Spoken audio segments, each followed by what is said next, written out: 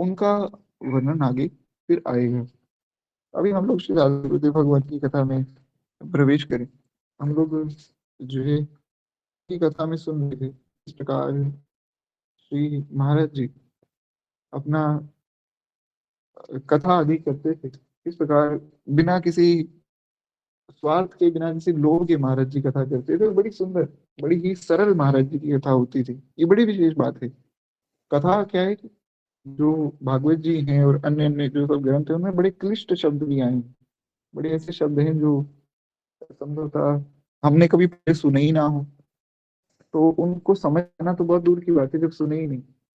पर ऐसे बहुत से शब्द आते हैं, बहुत सी कथाओं में आते हैं, पर महाराज जी उसको इतने सरल रूप में समझाते हैं कि लगता ही नहीं कुछ कठिन है। महाराज जी की वाणी का ऐसा प्रभाव था। ऐसी वाणी जो है बड़ी दुर्लभ है। तो इस प्रकार से श्री महाराज जी बड़ी सरलता से बड़े ही क्लिष्ट भावों को भी समझा दिया करते थे। ये महाराज जी की सब पर जो है कृपा है। तो इस प्रकार से हम सुन रहे थे कि किस प्रकार से श्री महाराज जी कथा करते थे। कोई स्वार्थ उनका था नहीं। तो ज्यादा से ज्यादा उनकी गांव देहात आदि में होती थी, जिससे जो लोग कभी भी कथा नहीं सुन पाते उनको कथा सुनाना एक उनका मुख्य भाव था। क्योंकि जो बड़े लोग हैं उनको तो कथा कहीं ना कहीं से वो तो सुन ही लेंगे, कोई ना कोई इंतजाम कर ही लेंगे, किसी ना किसी वक्ता को बुलाकर उसे कथा करवा लेंगे। पर जो गरीब व्यक्ति है वो बेचारा कथा कैसे करे, वो कथा कहाँ से सुने। और जो ऐसे गांव है जहाँ भगवान की कथा कभी पहुंची ही नहीं, तो वे भगवान को कैसे समझेंगे। इस कारण से भगवान की कथा वहां होना बहुत आवश्यक है। इसलिए महाराज जी वहां जाकर कथा करते थे। और कोई बहुत उनकी विशेष दक्षिणा भी नहीं होती थी। कोई कुछ भागवत जी को दक्षिणा चढ़ाई तो ठीक, नहीं तो सारी व्यवस्था भी महाराज जी खुद ही कर देते थे। ऐसी उनकी करुणा थी। इसलिए श्री कबीरदास जी ने कहा कि अगर संत ना होते जगत में तो जल मरता संसार। संसार जो है वो जल जाता। तो क्या, इस प्रकार से श्री महाराज जी की कथाओं का वर्णन हमने सुना था। एक बार प्रिय से बोली वत्सल भगवान की जय। कहते हैं कि धन्या भागवती वार्ता प्रेत पीड़ा विनाशिनी। ये भागवत जी का ही श्लोक है। भागवत जी में एक बात कही गई है भागवत जी के महात्म्य में कि धन्या भागवती वार्ता प्रेत पीड़ा विनाशिनी। ये संभवतः आप लोगों ने कहीं कथा आदि में सुना भी हो। कहते हैं कि श्रीमद् भागवत के महात्म्य में भागवत कथा को पीड़ा विनाशिनी कहा गया है। इसके जो है महापुराण का ये वैशिष्ट प्राचीन काल से ही अनेकश प्रमाणित होता आया है। बहुत बार ऐसा हुआ है कि जो भागवत जी की कथा है उसको सुनकर प्रेतों की बाधा नष्ट हो गई। ऐसी बहुत सी कथाएं आप लोगों ने भी निश्चित रूप से सुनी होंगी। ऐसा ही हुआ था भागवत जी की जब कथा हुई तो उसमें प्रथम ही स्कंद में एक कथा आती गोकर्ण की और धुंधकारी की। गोकर्ण और धुंधकारी दोनों भाई थे। धुंधकारी जो थे वो महाराज वो राक्षस बन गया। और गोकर्ण जो थे वे गोमाता से प्रकट हुए थे। गोमाता जैसे उनके कान थे और उनका स्वभाव गोमाता जैसा था, इसलिए उनका नाम गोकर्ण रखा गया। गोकर्ण ने बड़ा समझाया, उनका भाई माना नहीं। कारी अपने दुष्ट कार्यों की वजह से प्रेत बन गया। उनके पिता जो है बड़े ही धर्मात्मा थे, पर वे बेचारे बड़े परेशान रहते थे कि इसका कल्याण कैसे हो। तो फिर गोकर्ण ने जाकर समझाया कि महाराज ये सब बातें छोड़कर अपने भजन साधन में लगिए। ये संसार जो है ये आपका सहायक नहीं है। संसार आपका किसी भी रूप से कोई सहायता नहीं देगा आपकी। आपको स्वयं भजन साधन में लगना हो। तब तक इस मोह में पड़े रहेंगे, इस मोह के जाल को छोड़कर इससे बाहर आइए, भजन कीजिए भगवान का, उससे आपका कल्याण होगा। तो फिर जो है धुंधकारी के कल्याण के लिए गोकर्ण जी ने भागवत जी की कथा सुनाई है।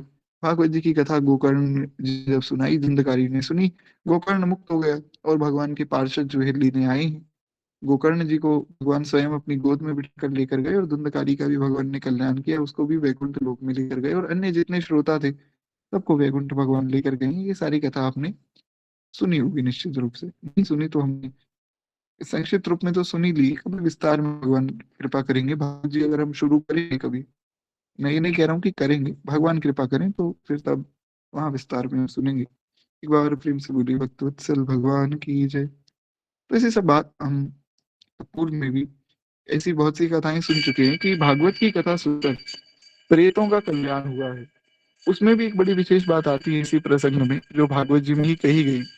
भागवत जी में प्रश्न किया गया कि महाराज, जब कथा गोकर्ण जी सुना रहे थे तब सभी सुन रहे थे, तो सबसे पहले मुक्त हुआ धुंधकारी, ऐसा क्यों? ऐसा इसलिए कि बाकी सबने कथा तो सुनी, पर कथा सुनने के बाद उसका मनन नहीं किया। धुंधकारी ने कथा सुनी भी और उसका चिंतन भी करता था। जैसे सुबह कथा हो रही है 8 घंटे 9 घंटे, फिर रात में वो सोता नहीं था।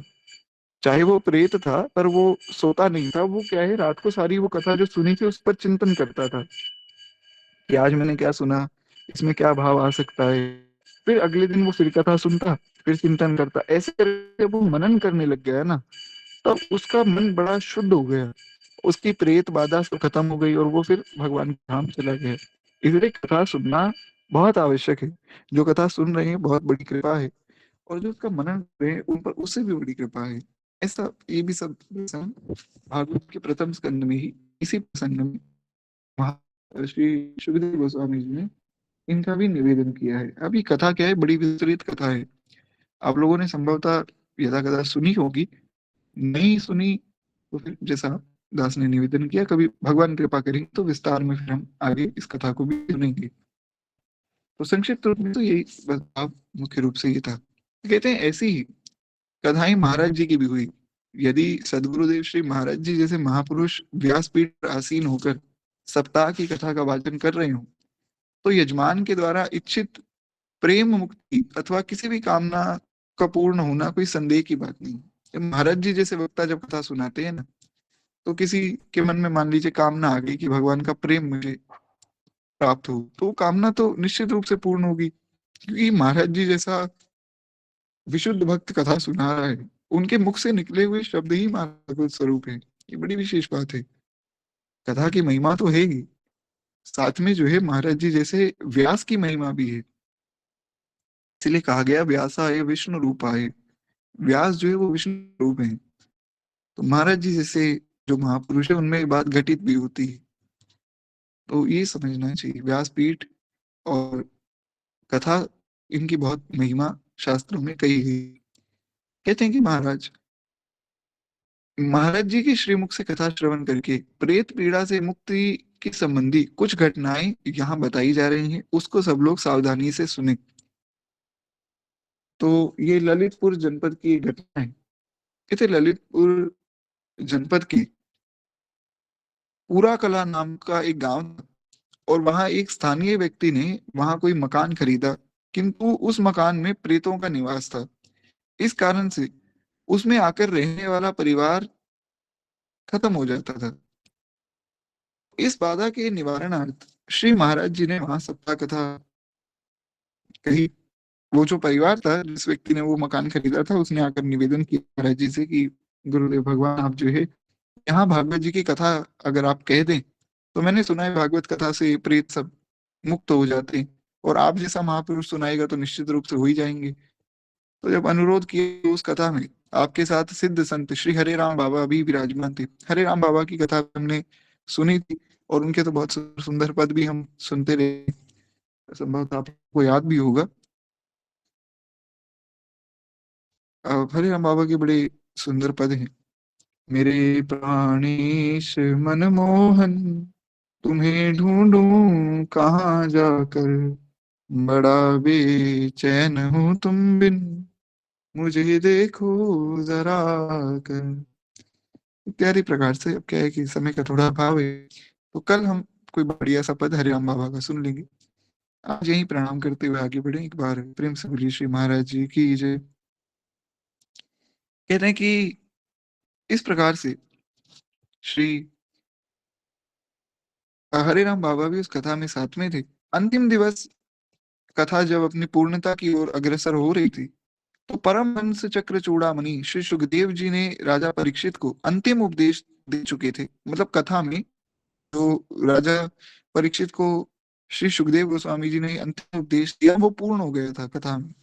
ठीक उसी समय एक विस्मयकारी घटना घटी। व्यासपीठ के सामने ही चिड़िया पक्षी का एक नर मादा का जोड़ा ना जाने कहां से आ गया। यानी कि चिड़िया, दो चिड़िया आई, उसमें से एक पुरुष और एक स्त्री, ऐसा। तो ये ना जाने कहाँ से आए और सहसा आकर गिर गए, और चिड़ा और चिड़िया दोनों ही मृत हो गए अचानक से। अचानक से कथा वहां ये प्रसंग पूर्ण हुआ, वो दोनों आकर गिर गए, मर गए।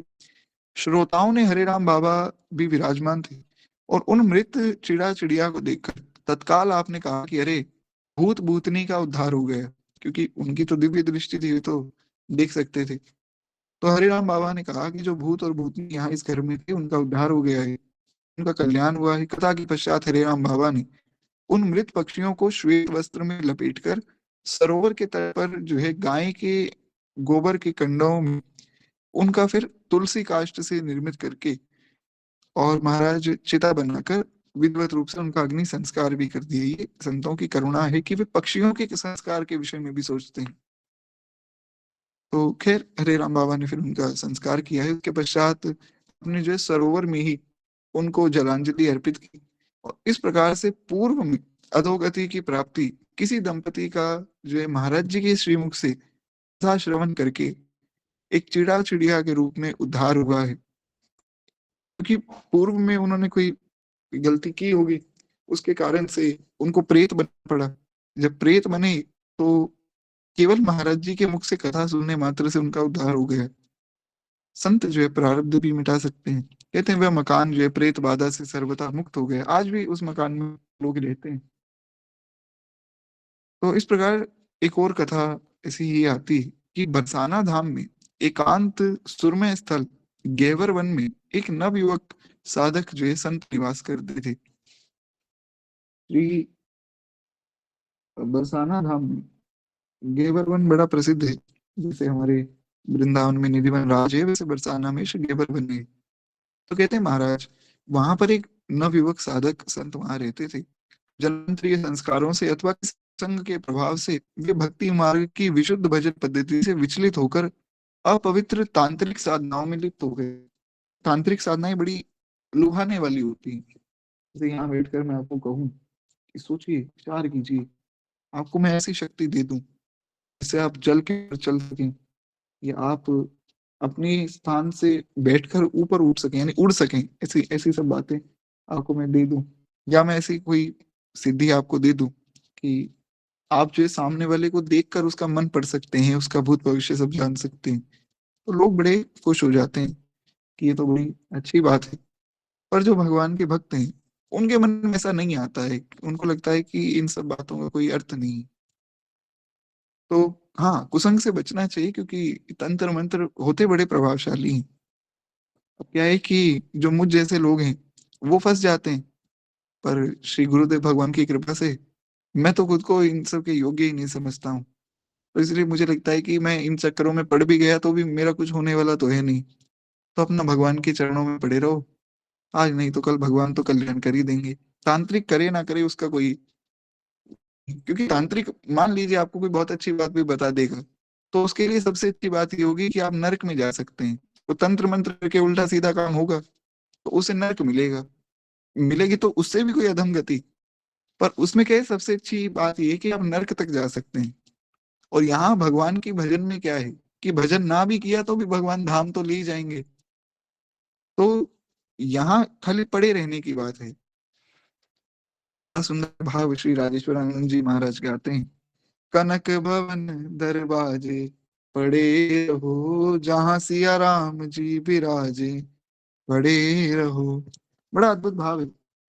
धाम में बस पड़े रहो। वृंदावन के विषय में हमने परसों की कथा में सुना था कि वृंदावन की रज में जो है पड़े रहने की बड़ी महिमा है। ऐसे ही अयोध्या जी की रज में पड़े रहने की महिमा है।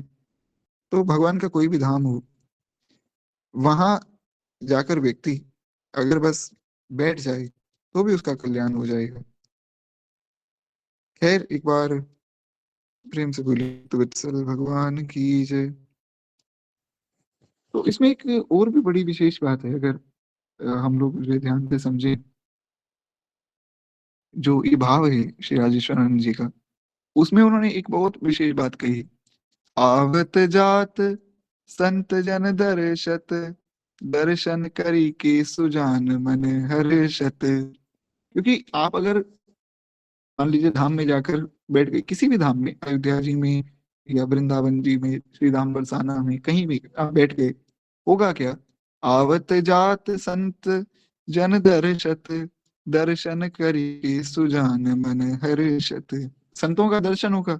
संत दरस जिन पातक तरई, गोस्वामी जी ने पहले ही कह दिया कि संतों का दर्शन होता है तो कल्याण होता है। कल्याण हो गया। देखत कलिमल भोग पड़े रहो, यानी कि ये जो कलयुग के भोग हैं, इनको मान लीजिए आपको दिख भी रहे हैं तो भी कोई बात नहीं, तुम पड़े रहो, क्योंकि संतों का दर्शन हो रहा है ना। कनक भवन दरवाजे, पड़े रहो जहाँ सिया राम जी विराजे, पड़े रहो।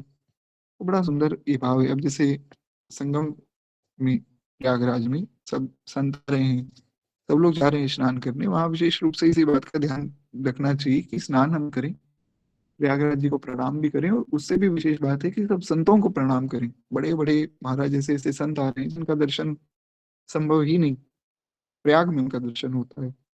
तो ज्यादा से ज्यादा ये भाव रखना चाहिए कि संतों का दर्शन हो। क्या है? एक बार प्रेम से बोलिए भक्त भगवान की जय। तो ये तंत्र मंत्र आदि जो साधनाएं हैं, ये थोड़ी सी अपवित्र हैं। इस कारण से वो जो व्यक्ति थे, वो सोचिए बरसाना में रहकर, गेहवर वन में रहकर, और तंत्र मंत्र के चक्कर में पड़ गए। इसका क्या आशय है? इसका आशय ये है कि कुसंग जो है, एक क्षण का कुसंग भी आपको जो है अपने पद से गिरा सकता है। इसलिए कुसंग से बहुत बचना चाहिए। इधर उधर की व्यर्थ की चर्चा, व्यर्थ की बातें, इन सबसे कोई बहुत विशेष प्रयोजन नहीं। किसी से बात कर रहे हैं तो और बताइए और बताइए, अरे भैया और क्या बताएं, भजन करो, नाम जप करो, क्या जानना है और तुमको। तो ये सब बातें समझनी चाहिए। खैर, कहते हैं महाराज, इस प्रकार से वो जो साधक, वे भी इन सब साधनाओं में लिप्त हो गए। इसके कुछ समय पश्चात ही घोर तंत्र की साधना में किसी जो है व्यक्ति क्रम के कारण वे साधक एक गहरे कूप में गिरकर मृत्यु को प्राप्त हो गए। कि कर रहे होंगे कुछ उल्टा सीधा काम तंत्र मंत्र में, और गिर गए कुएं में। क्या है, तंत्र मंत्र में ऐसी बहुत सी चीजें होती है जो मिलती नहीं है, मतलब इतनी आसानी से प्राप्त नहीं होती है, तो उनको ढूंढना पड़ता है। उसमें बहुत सी चीजें हैं कि हड्डी, किसी व्यक्ति की ऐसी हड्डी लाओ जो बहुत सीधी हो, उसको फिर काटना है, पकाना है, खाना है, ऐसी सब उल्टी सीधी चीजें होती है वहां पे। हम उसकी चर्चा यहाँ व्यासपीठ से तो बिल्कुल भी नहीं करेंगे। ऐसा ही कोई काम कर रहे होंगे तो एक कुएं में गिर गए, वहां गिर की मृत्यु हो गई। कहते हैं परिणाम स्वरूप उन्हें जो है कष्टप्रद प्रेत योनि प्राप्त हुई। जैसा कि मैंने बताया कि अगर आप तंत्र मंत्र में पड़ गए, और उसमें सबसे अच्छी बात है कि आप, जैसे हमारे यहाँ आप बहुत पुण्य करें, तो मैक्सिमम क्या हो सकता है? मैक्सिमम हो सकता है कि आप स्वर्ग जाएंगे, उससे ऊपर नहीं जा सकते हैं। हाँ, उससे नीचे बहुत सी अधम गतियां भी हो सकती हैं। जैसे बेईमानी के पैसे से पुण्य किया, तुम्हारा जेल जाएंगे। तो इस प्रकार से मैक्सिमम है स्वर्ग, वैसे तंत्र मंत्र में मैक्सिमम नरक है। नीचे तो गिरते ही जाएंगे जितना गिरेंगे। तो वे प्रेत बन गए, और बड़ी भयानक प्रेत योनि उनको मिली। कहते हैं अब वे आसपास रहने वाले स्थानीय संतों को दिखाई देने लगे, और वे इतने पीड़ित दिखाई देते कि मानो किसी प्रबल अग्नि की ज्वाला में जल रहे हों। उनकी दुर्दशा संतों से देखी नहीं गई। अब देखिए, एक प्रश्न संभवतः आप लोगों के मन में भी आया हो, भाई बरसाना में गेवर वन में रहकर भी अगर कोई प्रेत योनि को प्राप्त होता है तो फिर बात तो बनेगी नहीं, फिर तो धाम की महिमा कम हो जाएगी। तो उसका उत्तर यहाँ दिया गया। चाहे वो प्रेत योनि में गए, संतों को फिर भी दिख रहे थे। किशोरी जी किसी को त्यागती नहीं है, तो उनके कल्याण का साधन फिर भी खोल दिया श्री किशोरी जी ने। हालांकि वे अपनी गलती से तंत्र मंत्र में पड़े थे, पर भगवान किसी को त्यागते नहीं हैं। भगवान तो कल्याण करवाते ही करवाते हैं। तो इस कारण से चाहे गलती उनसे हुई, पर फिर भी श्री किशोरी जी की कृपा से संतों ने उनको देख लिया, और उनकी दशा देखी दी गई। सबके हृदय में बड़ा ही ये बड़ी पीड़ा हुई कि ये बेचारा बड़ा परेशान है। उन संतों ने गोवर्धन में आकर परम श्रद्धेय पंडित श्री गया प्रसाद जी महाराज से ये सारी बात कही। परम श्रद्धेय पंडित श्री गया प्रसाद जी महाराज की कथा हम पहले ही सुन चुके हैं पूर्व में। जो गोवर्धन समाराधन में हमने महाराज जी की कथा सुनी, वहां हमने गया प्रसाद जी महाराज की कथा भी सुनी थी, आप लोगों को याद होगा संभवतः। कि आपने जो है उन्हें ये, अब उनकी बात सुनी, और उन्हें ये आज्ञा दी कि ऐसा करो, किसी सदाचारी कथा व्यास को बुलाओ, और उनसे भागवत जी की कथा आप करवाओ, तो उससे क्या है कि इस व्यक्ति का कल्याण हो जाएगा।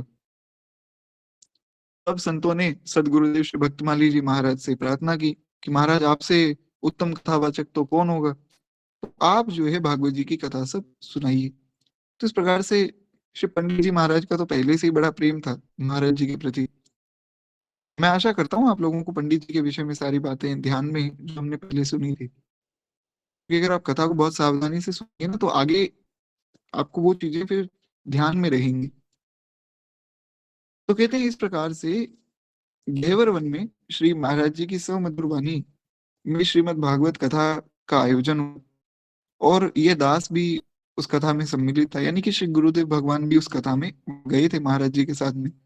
सप्ताह कथा पूर्ण होने पर स्थानीय संतों को पुनः उस साधक के दर्शन हुए, मतलब पुनः वो व्यक्ति दिखा, पर अब वो प्रेत के रूप में नहीं दिखा, अब वो बड़ा खुश था। उन्होंने कहा कि कथा आयोजन से मुझे परम शांति मिल गई है, अब मेरी मुक्ति सुनिश्चित है, और कथा के उपलक्ष्य में कल होने वाले भंडारे का जो है संत चरणामृत और संत का अध्रांत अगर मुझे मिल जाए तो फिर मेरा कल्याण हो जाएगा।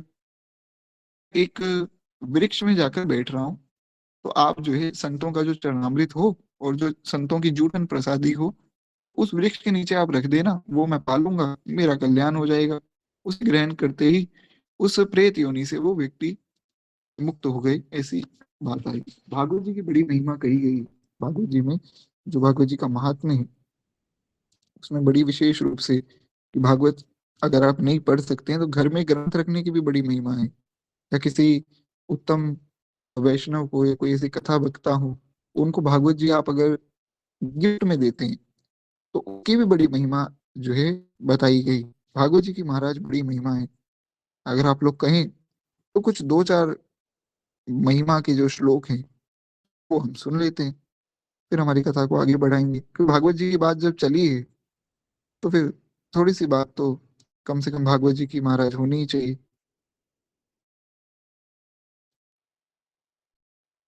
तो भागवत जी में जो महात्म्य में बात कही गई, स्वयं भगवान जो है ब्रह्मा जी को भागवत जी की महिमा सुना रहे हैं। बहुत सुंदर भाव है। श्रीमद् भागवतम नाम पुराणम लोक विश्रुतम। भगवान कहते हैं कि देखो, लोक विख्यात श्रीमद् भागवत नाम का जो पुराण है, इसको प्रतिदिन श्रद्धा पूर्वक सुनना चाहिए।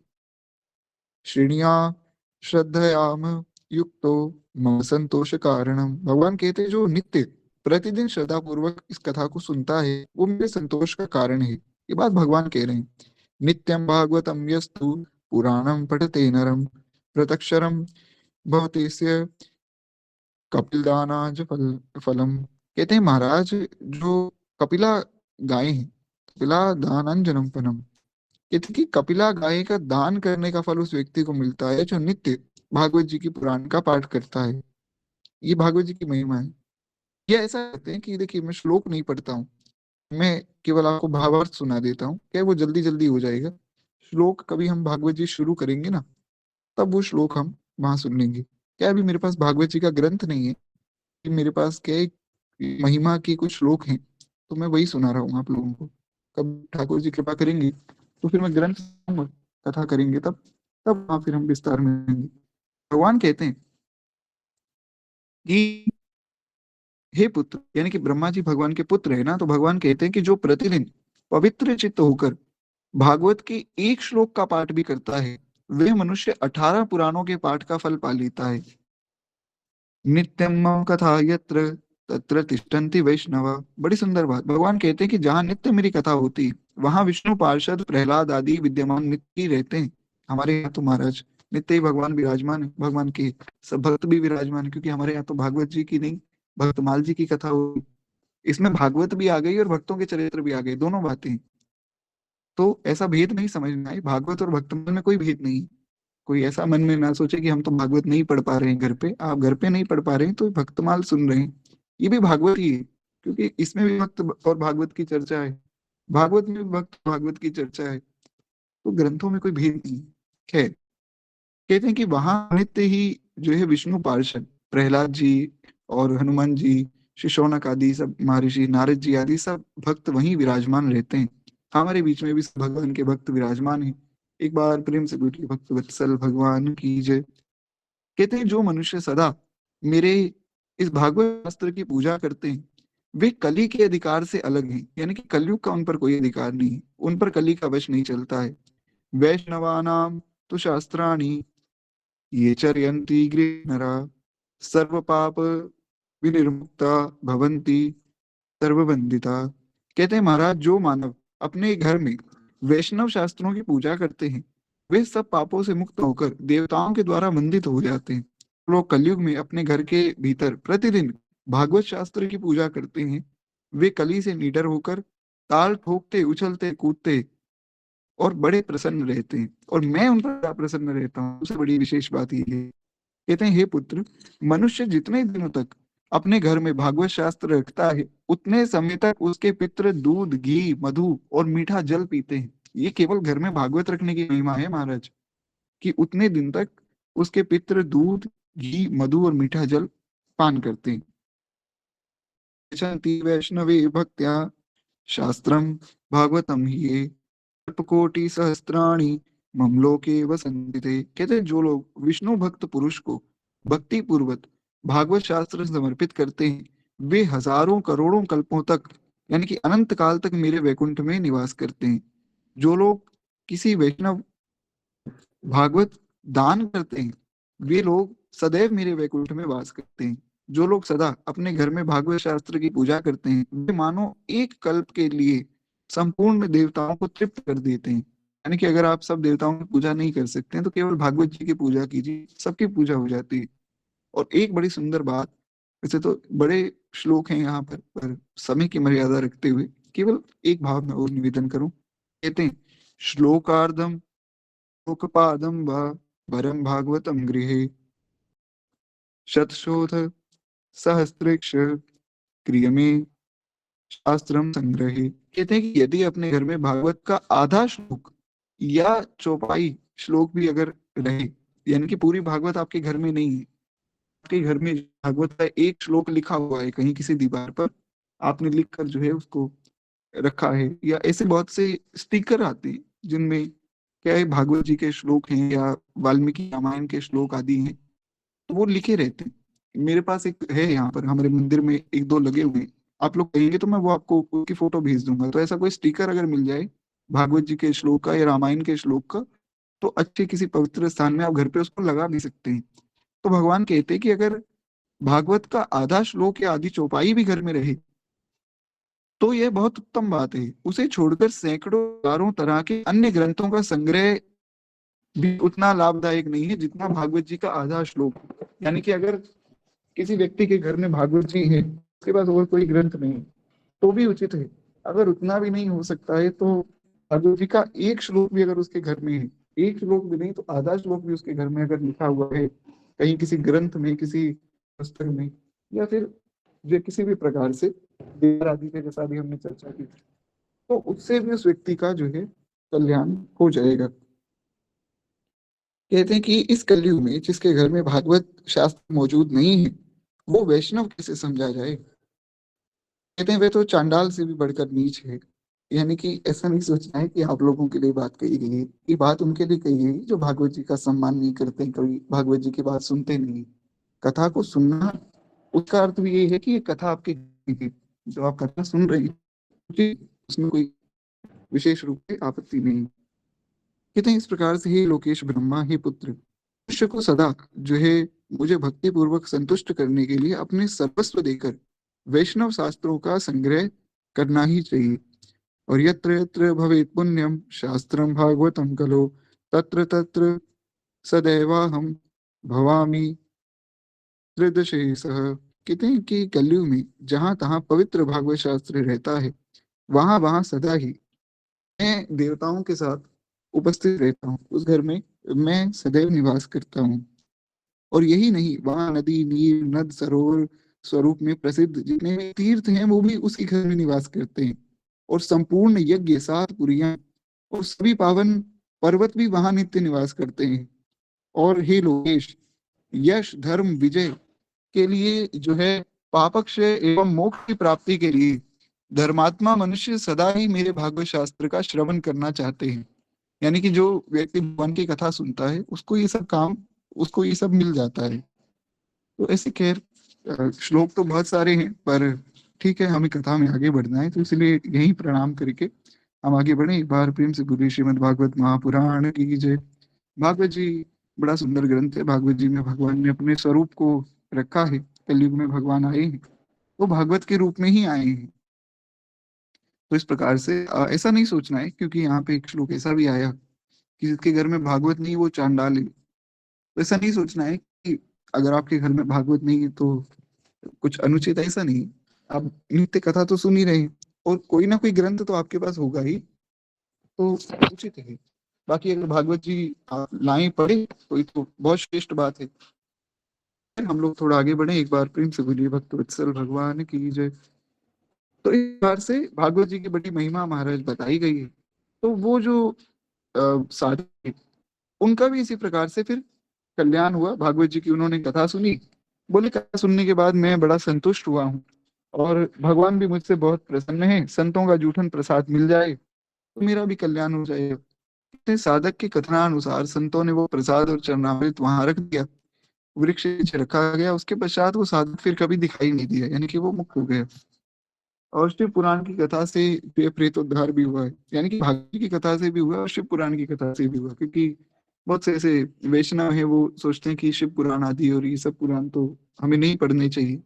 ऐसा नहीं। कहते हैं पूज्य श्री हरिराम बाबा का संक्षिप्त चरित्र हमने पूर्व में सुना दिया है। हमने पहले ही उस चरित्र सुन लिया। बाबा पर्यटन प्रिय संत थे, इधर उधर विचरण करते रहते थे। तो विचरण करते करते एक बार वे टीकमगढ़ जनपद में मुडारा नाम के एक गांव में आकर रुके। वहां एक प्राचीन मकान में बाबा निवास करने लगे। उस मकान में अनेक प्रेत आत्माएं रहा करती थी। प्रेतों ने बाबा से प्रार्थना की कि आप जो हैं संत हैं और हम प्रेत हैं, तो आप हमारी मुक्ति के लिए कोई प्रयास कीजिए, क्योंकि आप प्रयास करेंगे तो हम हमारी मुक्ति भी हो जाएगी। ये कथा भी हमने पहले हम बाबा चरित्र में सुनी थी। कहते कि पूछने पर प्रेतों ने बताया कि आप ये कि शिव पुराण की कथा हमें सुनाइए। शिव पुराण की कथा सुनने से हम लोग मुक्त हो जाएंगे, हमारी प्रेत योनि छूट जाएगी। पूज्य बाबा ने वृंदावन में आकर श्री महाराज जी से प्रार्थना की और फिर महाराज जी को अपने साथ ले गए। व्यासपीठ पर विराजमान होकर महाराज जी ने स्वयं ही अपने मुख से शिव पुराण की कथा कही, और इसके प्रभाव से उपस्थित सभी प्रेतात्माओं का वहीं उद्धार हुआ, और वे सब के सब एक साथ ही मुक्त हो गए। तो इसलिए शिव पुराण की भी बड़ी महिमा समझनी चाहिए। और वैष्णवी दीक्षा से भी प्रेतोद्धार होता है, ऐसा भी एक घटना यहाँ प्राप्त होती है। कहते हैं बात पंजाब प्रांत के सुनाम शहर की है। पंजाब में शहर है, इसका नाम है सुनाम। तो वहां पर निवास करने वाले एक भक्त अत्यंत विकट समस्या से जुड़े बड़े जूझ रहे थे। एक भक्त बड़े परेशान थे। समस्या ये थी कि उनके सहोदर भाई में जब तक कोई प्रेत आ जाता था और उनको परेशान करता था, और उसके प्रवेश होते ही उस कृशकाय व्यक्ति में इतना बल आ जाता था कि वो 8-10 व्यक्तियों को भी रोकने से रुकता नहीं था। तो वो प्रेत बड़ा बलशाली था। उस समय वह जो है आविष्ट व्यक्ति अत्यंत उग्र हो जाते। घर के छोटे बड़े पदार्थों की तो क्या चले, मजबूत खिड़की दरवाजों को भी उखाड़ कर फेंक देते थे। यहाँ तक कि दीवारों पर भी उपद्रव के निशान बन जाते थे। दीवार तो दीवारें तोड़ भी देते थे। उनमें ऐसा बल उस प्रेत की वजह से आ जाता था। सारे घर की जो सुख शांति थी वो अस्त व्यस्त हो चुकी थी। परिवार की दैनिक चर्या भी खराब हो गई थी। सब लोग बड़े दुखी थे।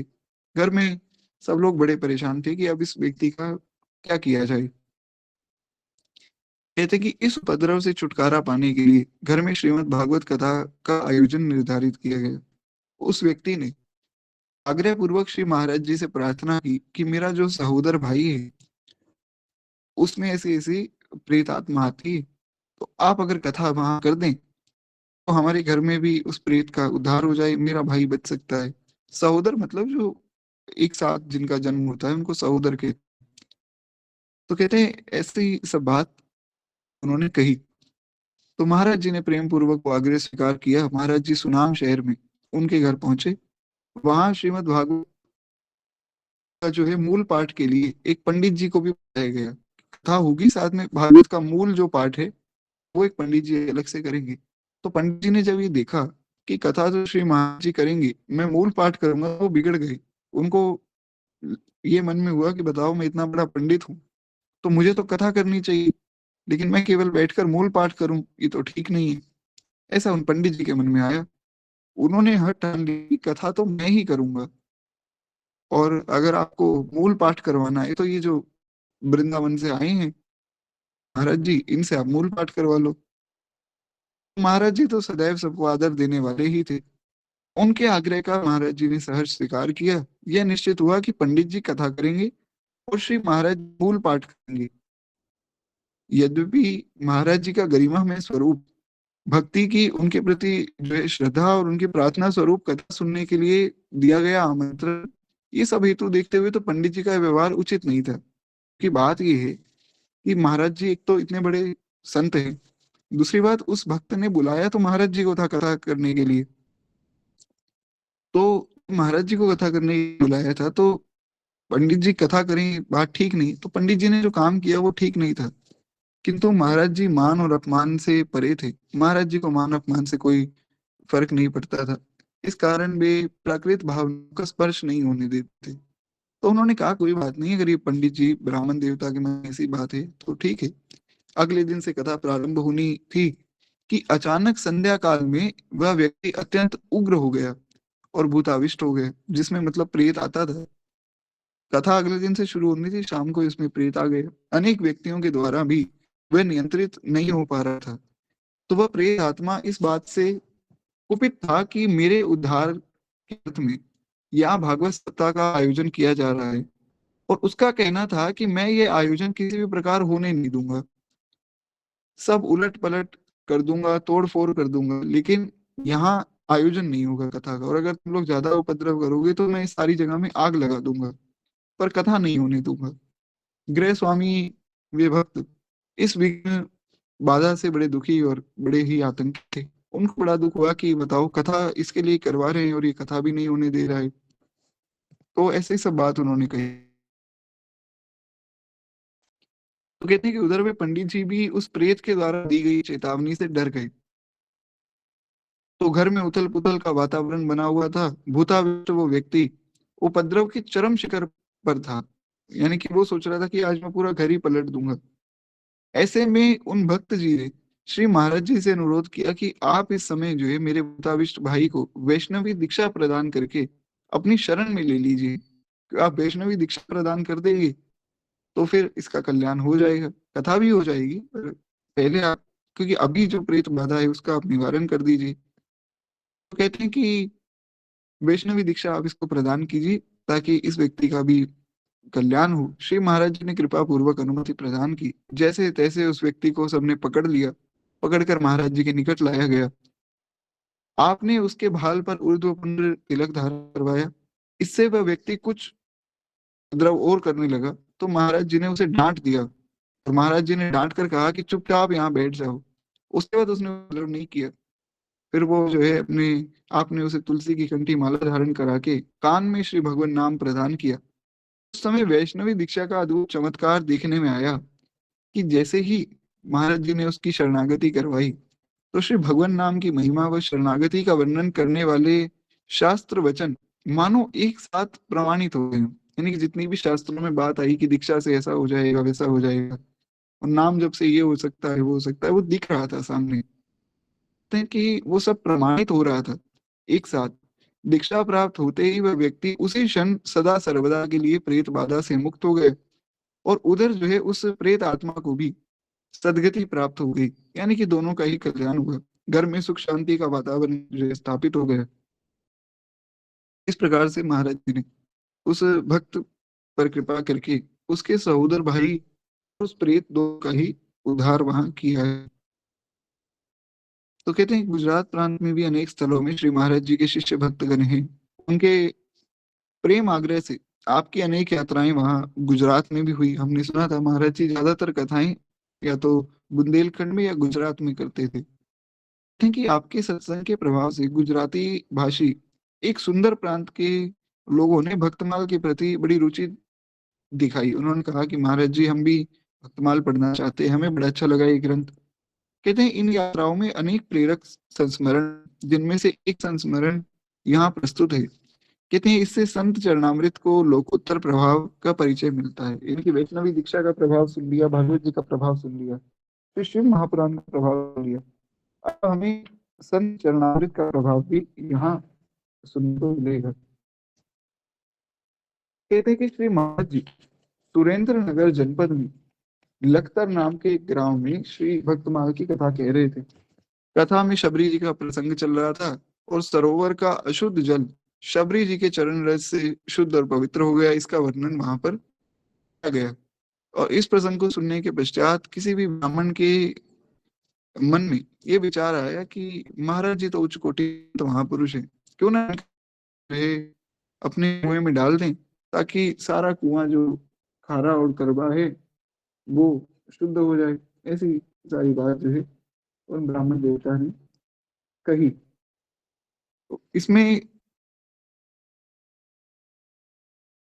हमने जब रामचरितमानस की कथा सुनी थी तो उसमें हमने ये प्रसंग सुना था कि जब शबरी माता के यहाँ भगवान आए तो हुआ क्या था कि सब शबरी माता से थोड़ा सा बैर रखते थे, और सब बड़े बड़े तपस्वी योगी महर्षि ब्राह्मण थे। सबको लगता था ये शबरी तो बड़ी अपवित्र है और ये नीच कुल की है, तो इनका स्पर्श ठीक नहीं है। तो ऐसे एक संत ने वैर के कारण गलती से उनको शबरी माता का स्पर्श हो गया।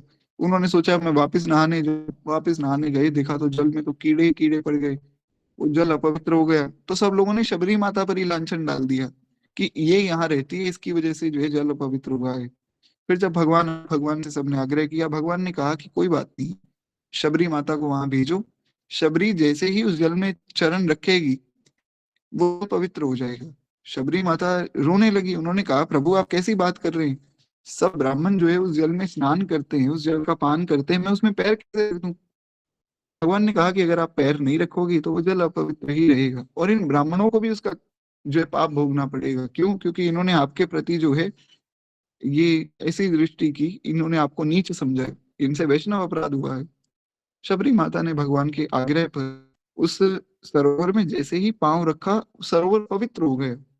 ऐसी सब कथा हम पहले भी सुन चुके हैं पूर्व में। तो वही प्रसंग यहाँ हो रहा है। तो जो वहां उस सुरेंद्र नगर के जो भक्त थे उन्होंने सोचा कि महाराज जी ने इतनी सुंदर कथा सुनाई है शबरी माता की, तो महाराज जी भी इतने ही बड़े महापुरुष है, तो क्यों ना ऐसा करें कि महाराज जी का जो चरणामृत है वो हम अपने यहाँ के सरोवर में मिला देते हैं, हमारे यहाँ का सरोवर भी पवित्र हो जाएगा। ऐसा उनके मन में भावना हुई। निश्चित रूप से ऐसा होगा भी, क्योंकि महाराज जी बड़े उच्च कोटि के महापुरुष है। अभी हमने सुना कि वो जो प्रेत था वो बहुत तंग कर रहा था सबको, तो महाराज जी ने जैसे ही उसको डांटा उसके बाद वो शांत हो गया। तो यानी कि महाराज जी जो है उनका सब पर कंट्रोल है। वो बहुत ही उच्च कोटि के महापुरुष हैं, हम संभवतः उनको समझ नहीं पा रहे हैं, वो अलग बात है। पर महाराज जी जैसे जो महापुरुष, उनके चरणों की रज से, उनके चरणों के जल से लोक लोक पवित्र हो सकते हैं। खैर एक बार प्रेम से बोलिए श्री महाराज जी की जय। कहते हैं कि इस प्रकार से उन भक्त के मन में ये भाव हुआ। तो कहते हैं मन ही मन इस प्रकार विचार कर रहे थे कि ब्राह्मण बिना किसी से कुछ बताए श्री महाराज जी के समक्ष एक घड़ा और जल लेकर आ गए एवं परात लेकर आ गए, और महाराज जी से निवेदन किया कि हम आपका चरणामृत लेना चाहते हैं, तो आप जो है अपने चरणों का थोड़ा सा हमें प्रक्षालन कर लेने दीजिए। तो परात लाए, घड़ा लाए जल से भरा हुआ, और सुंदर वस्त्र लेकर आए। तो वे आ गए। तो अपने सहज स्वभाव से महाराज जी ने अनुमति दे दी। महाराज जी ने कहा ठीक है भैया, कोई बात नहीं, जैसा आपको उचित लगे। ब्राह्मण ने चरणामृत लेकर बड़ी श्रद्धा से अपने कुएं में वो चरणामृत डाल दिया। अगले ही दिन परीक्षण के लिए जब उन्होंने कुएं में से जल निकाला और जल पीकर देखा तो वह कड़वा जल बिल्कुल भी खारा नहीं था। अब बिल्कुल भी कड़वा और खारा नहीं रहा, एकदम मीठा हो गया, ऐसा लग रहा था मानो अमृत पी रहे हैं। और इसके पूर्व कुएं का जल बड़ा ही खारा और बड़ा ही कड़वा था, इतना कड़वा था कि उसको जानवर भी जो है वो नहीं पीते थे, पशु पक्षी भी नहीं पीते थे। पर महाराज जी का चरणामृत पड़ते ही वो जल एकदम मीठा हो गया। श्री महाराज जी से जब ये सारी बात कही गई कि चरणामृत का ऐसा ऐसा प्रभाव है, जल मीठा हो गया, आप कुछ बोले नहीं। आपने कहा कि देखो नहीं नहीं ऐसा नहीं है, इसमें मेरा कोई प्रभाव नहीं है, ये तो उन ब्राह्मण की भावना है, ब्राह्मण के मन में ऐसा शुद्ध भाव था, इस कारण से जो है वो जल पवित्र हो गया, इसमें हमारा तो कोई भी योगदान नहीं है। ऐसा जो है श्री महाराज जी ने वहां निवेदन किया। कहते हैं उनकी श्रद्धा से ये जल मीठा हुआ है। इस प्रकार महाराज जी ने अपनी सारी महिमा उन ब्राह्मण को प्रदान कर दी। भगवान जैसे अपने भक्तों की महिमा बढ़ाने के लिए ऐसी सब बातें कहते हैं, तो एक बात यहाँ हुई, महाराज जी ने जो है उन ब्राह्मण की महिमा को बढ़ा दी, संतत दासन देहु बढ़ाई। तो इस प्रकार से महाराज जी के चरणामृत की महिमा भी बड़ी सुंदर विशेष रूप से वहां आई है। खैर एक बार प्रेम से बोलिए भक्त वत्सल भगवान की जय। सिद्ध आश्रम प्रसंग पूज्य श्री नारायण दास भक्त माली जी श्री मामा जी महाराज की कथा अब जो है शुरू हो रही। बड़ी ही अद्भुत जो है श्री मामा जी की कथा है। मामा जी का चरित्र इतना सुंदर है जिसके विषय में क्या कहा जाए। श्री मामा जी की कथा हम लोग जो है बड़ी सावधानी से सुने, क्योंकि मामा जी का जो स्वरूप है वो पूरा स्वरूप ही ऐसा लगता है कि मानो बस प्रेम ही प्रेम इनमें भरा हुआ है। वही बात मैं नहीं कह रहा हूँ, ये बात बहुत से दिव्य संतों ने इस बात का अनुभव किया है। तो खैर एक बार प्रेम से बोलिए श्री मामा जी महाराज की जय। कहते हैं दान घाटी गोवर्धन के वात्सल्य रस सिद्ध पंडित श्री गया प्रसाद जी महाराज ने एक बार पूज्य नारायण दास भक्तमाली जी के लिए कहा कि ये कोई साधारण महापुरुष नहीं, ये प्रेम मूर्ति है, इनमें रस ही रस भरा हुआ है। जो बात अभी हमने वो दान घाटी के सिद्ध संत श्री गया प्रसाद जी महाराज ने अपने मुख से कही थी। उन्होंने जैसे ही मामा जी को देखा ना, बोले कि ये व्यक्ति है ही नहीं, ये प्रेम ही है जो शरीर लेकर बैठा है। मामा जी ऐसे महापुरुष थे। कहते हैं ऐसा लगता है कि पूज्य पंडित जी ने पंडित जी के इस एक ही वाक्य में मामा जी का समग्र परिचय, यानी कि गागर में सागर के समान अनिर्हित सारी बातें हो गई। कहते हैं प्रेम पूर्ण व्यवहार तथा अपने सुमधुर रचनाओं तथा श्रीमद् भागवत एवं भक्तमाल की कथा के अवसरों पर अपनी रसिक जो वाणी है, श्रोताओं के मानस पटल पर अमित छाप छोड़ने वाले श्री मामा जी को उत्तर भारत के धार्मिक समाज में कौन नहीं जानता है। मामा जी तो मामा जी, कौन ऐसा होगा जो मामा जी को नहीं जानता होगा। मामा जी के ऐसे सुंदर सुंदर पद हैं, ऐसे सुंदर उनकी रचना है, जिनके बिना तो महाराज राम कथा कृष्ण कथा संभव ही नहीं, हो ही नहीं सकती है। ऐसी सुंदर सुंदर मामा जी की रचनाएं हैं। तो बक्सर वाले मामा के नाम से उनको ज्यादातर जाना जाता है। तो इस प्रकार से उनकी जो सब रचनाएं हैं और जिस प्रकार से वे कथा सुनाते थे, उसके प्रभाव से कोई ऐसा व्यक्ति नहीं होगा जो उनको ना जानता हो। संभव ही नहीं कि उत्तर भारत में ऐसा कोई व्यक्ति हो जो मामा जी को ना जानता हो। एक आपने गीत सुना होगा, जगत में कोई ना परमानेंट, ये भी श्री मामा जी ने लिखा है। इत्यादि प्रकार से बहुत सुंदर सुंदर उनकी रचनाएं हैं जो भगवान की रस लीला है, रस चर्चा है, श्री मिथिला की रस चर्चा है, उसमें विशेष रूप से मामा जी के बड़े सुंदर सुंदर पद हैं। मामा जी ने ऐसे ऐसे पद लिखे हैं जिनको पढ़कर व्यक्ति को प्रेमा भक्ति और रस प्राप्त हो सकता है। मामा जी ने जो गोस्वामी तुलसीदास जी का चरित्र लिखा है, वैसा चरित्र तुलसीदास जी का कोई लिख ही नहीं पाया, ऐसा अद्भुत चरित्र है। एक और भजन है जो हम लोग भी अपनी कथा में कई बार सुनते हैं, जाकी करुणा की धार बहे नित ही नहीं, श्री जी करुणामयी जाकी करुणा की धार बहे नित ही नहीं, श्री जी करुणामयी। ये भी श्री मामा जी का ही पद है। एक जब हम श्री सीताराम विवाह लीला सुनते हैं, उसमें एक पद हम बहुत विशेष रूप से उस पर चर्चा करते हैं, कोई आया सखी फुलवरिया में। उसके साथ साथ एक और पद हम सुनते हैं, अगर आपको ध्यान में हो, सखी गली गली घूमत अवध के किशोर, गली गली घूमत अवध के किशोर, जिनको देखने को आज भयो मिथिला में शोर। सखी गली गली घूमत अवध के किशोर। ये भी श्री मामा जी का ही रचित पद है, बड़ा ही प्यारा पद है। इसमें श्री मामा जी बीच में अपना नाम भी लेते हैं कि नारायण नेह निधि करत निहोर, कि राम जी और सिया जी का होवे गठजोड़, सखी गली गली घूमत अवध में के किशोर। बड़ा सुंदर प्यारा भाव है। खैर मामा जी की ऐसी बड़ी सुंदर सुंदर रचनाएं, कल समय मिलेगा तो हम जो है उन पर भी हम चर्चा करेंगे। खैर एक बार प्रेम से बोलिए भक्त वत्सल भगवान की जय। देखिए मामा जी एक ही हैं। अब क्या है कि जो बक्सर वाले महाराज जी है ना, परम पूज्य परम श्रद्धेय श्री नारायण दास भक्तमाली जी महाराज, उन्हीं को ही मामा जी कहा जाता है। एक पहले भी एक भक्त हुए जिनका नाम था श्री प्रयागदास जी महाराज, उनकी कथा भी हमने सुनी थी, उनकी कथा हम दो तीन सुन चुके हैं। उनको भी मामा जी कहा जाता था। विशेष रूप से अभी जिनकी हम चर्चा कर रहे हैं बक्सर वाले महाराज जी। तो आज के संत समाज में मामा जी की सब रचनाओं का महाराज बड़ा विशेष रूप से वर्णन होता है, बड़े आनंद से सब लोग उन रचनाओं को गाते हैं। हमें समय मिलेगा तो हम भी प्रयास करेंगे श्री मामा जी की कुछ एक दो रचना कल हम सुन लें। और बाकी अगर आप उनकी वाणी सुनना चाहें तो यूट्यूब पे उपलब्ध है, बक्सर वाले मामा जी के नाम से सर्च कीजिए, उनकी वाणी सुनिए, बड़ी अद्भुत उनकी वाणी है।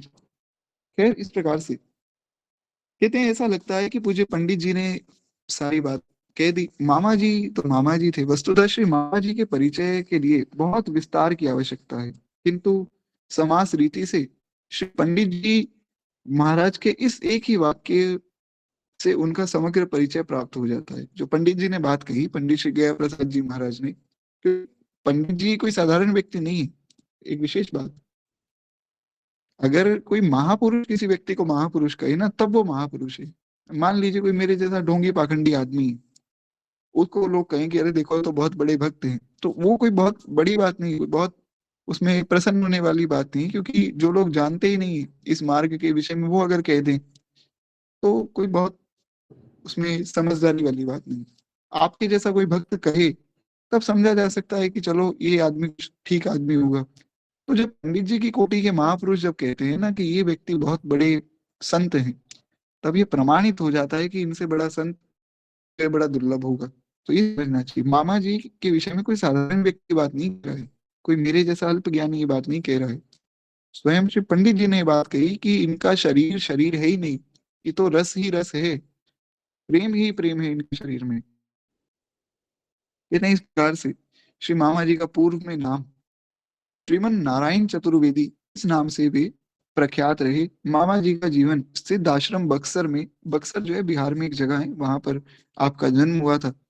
कहते हैं ये वह स्थल है जहां पर त्रेता युग में श्री विश्वामित्र जी का आश्रम था। विश्वामित्र जी के आश्रम में भगवान आए हैं, भगवान रुके हैं, वहां यज्ञ हुआ, भगवान ने यज्ञ की रक्षा की, फिर ताड़का वध आदि वही सारी कथा आप सुन चुके हैं। तो जहां पर श्री विश्वामित्र जी रहते थे, वहां पर ये स्थान वही स्थान है जहां पर श्री मामा जी का जन्म हुआ।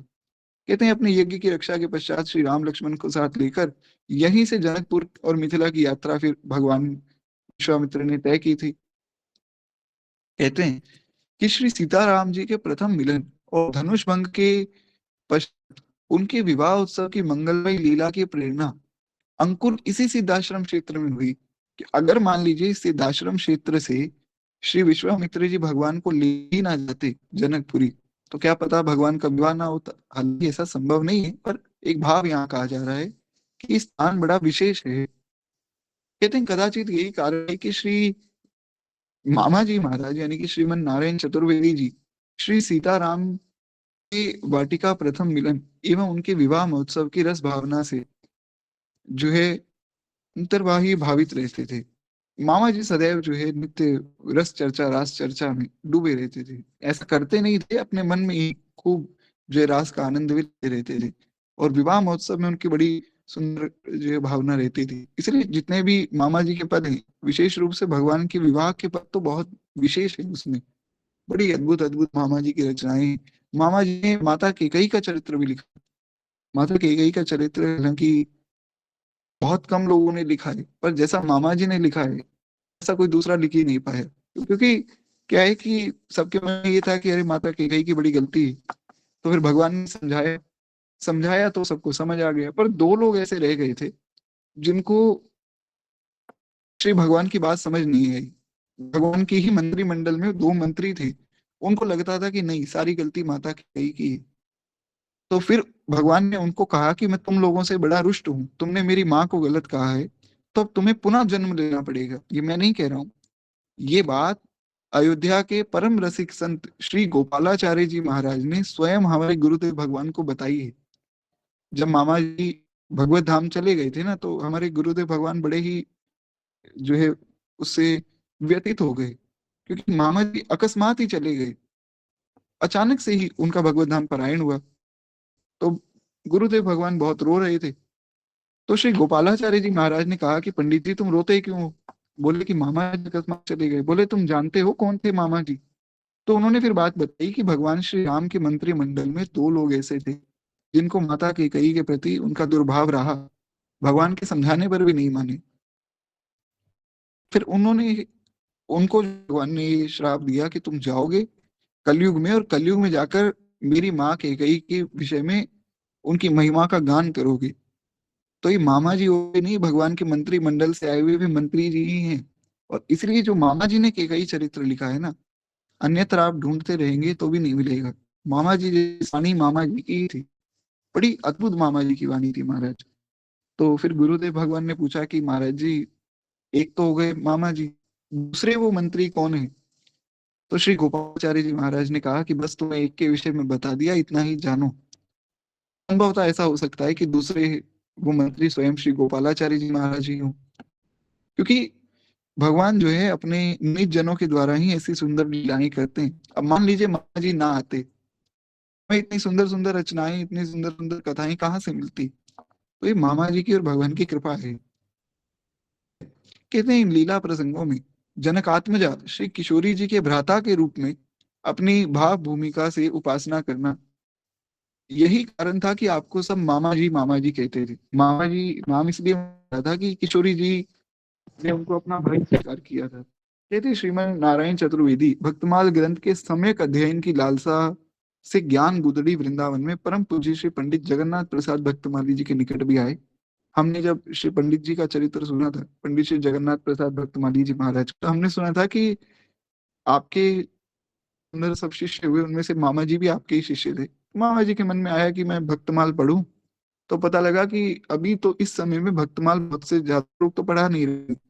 वृंदावन में संत हैं श्री पंडित जी जगन्नाथ प्रसाद भक्तमाली जी महाराज, वे पढ़ाते हैं भक्तमाल। तो मामा जी वहां पहुंच गए। सुदामा कुटी वृंदावन में रहकर आप पूज्य भक्तमाली जी से अध्ययन करते थे। और यह उन दिनों की बात है जब सदगुरुदेव महाराज श्री भक्तमाली जी भी भक्त वल्लभा टिप्पणी लिखकर उसे प्रकाशित कर चुके थे। अब अगर आप लोगों को ध्यान हो, देखिए ये बात उसी व्यक्ति को ध्यान में होगी जिसने बहुत सावधानी से कथा सुनी है। हमने सुना था कि महाराज जी ने भक्त वल्लभा टिप्पणी लिख दी, तो उस भक्त वल्लभा टिप्पणी को श्री पंडित जी ने पढ़ा, पंडित श्री जगन्नाथ प्रसाद भक्तमाली जी महाराज ने पढ़ा। और श्री पंडित जी ने कहा कि मैं आपकी टीका से ही भक्तमाल पढ़ाऊंगा, क्योंकि आपने इतनी सुंदर टीका लिखी है कि मैं इसी से ही भक्तमाल पढ़ाया करूंगा। अगर आपको ये बात याद है तो बड़ी अच्छी बात है। तो उस समय जब महाराज जी ने भक्त वल्लभा टिप्पणी प्रकाशित कर दी थी और पंडित जी तब भी पढ़ाते थे भक्तमाल, तो संभव है कि शायद महाराज जी की टीका से ही पढ़ा रहे हूँ। तो कहते हैं कि पंडित जी महाराज भक्तमाल पढ़ाते समय भक्त वल्लभा टिप्पणी प्रेरणा जिज्ञासुओं को प्रदान किया करते। अच्छा, वही बात यहाँ आई है। तो ये अब निश्चित हो गया कि उसी से ही महाराज जी पढ़ाते थे। कहते हैं यही मामा जी ने भक्त वल्लभा टिप्पणी कार के रूप में श्री महाराज जी का परिचय किया कि जब कोई ग्रंथ पढ़ाया जा रहा है तो उसके विषय में भी तो बताया जाएगा। तो जब पंडित जी पढ़ाते थे, पंडित जी बताते थे कि देखो, ये जो भक्तमाल की टिप्पणी है, ये हमारे भक्तमाली जी ने लिखी है, श्री महाराज जी का नाम लेकर कि इन्होंने ये की। तो मामा जी समझ गए कि ये बहुत बड़े बात है, इन्होंने भक्तमाल पर इतनी सुंदर टीका लिखी है। कहते हैं मामा जी ब्रज वसुंधरा के आदर्श संत परम पूज्य श्री पंडित गया प्रसाद जी महाराज के दर्शनार्थ दान घाटी गोवर्धन में जाया करते थे। आप श्री से भी मामा जी ने मामा जी को श्री महाराज जी के मिलने की प्रेरणा प्राप्त हुई। यानी कि श्री प्रसाद जी महाराज ने भी यही कि जाओ भक्तमाली जी से मिलकर आओ। कि पंडित जगन्नाथ प्रसाद भक्तमाली जी ने भी यही कहा कि जाओ भक्तमाली जी से मिलकर आओ। तो मामा जी के मन में आया कि देखें कि भाई ऐसा कौन बड़ा महापुरुष है जिसके विषय में सब बता रहे हैं। तो मामा जी ने वहां जाकर आपके दर्शन प्राप्त किए, क्योंकि उस समय महाराज जी लक्ष्मण मंदिर गोवर्धन में निवास करते थे। तो महाराज जी का दर्शन प्राप्त करने मामा जी वहां पहुंचे गोवर्धन। और महाराज जी के प्रति आपका भाव निरंतर चला।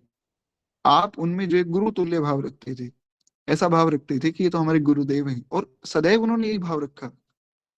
एक बार क्या हुआ कि हमारे गुरुदेव भगवान, उन्होंने जो है वे कोई ग्रंथ लाए भक्तमाल जी का।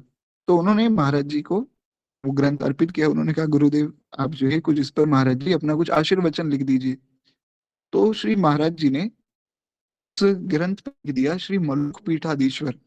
मतलब महाराज जी का नाम लिख के, श्री गुरुदेव भगवान का नाम लिख के श्री दादा गुरुदेव भक्तमाली जी महाराज ने मलुक पीठाधीश्वर लिख दिया। तो गुरुदेव भगवान ने पूछा कि महाराज जी हम तो मलुक पीठाधीश्वर नहीं है, आपने यहाँ लिख दिया।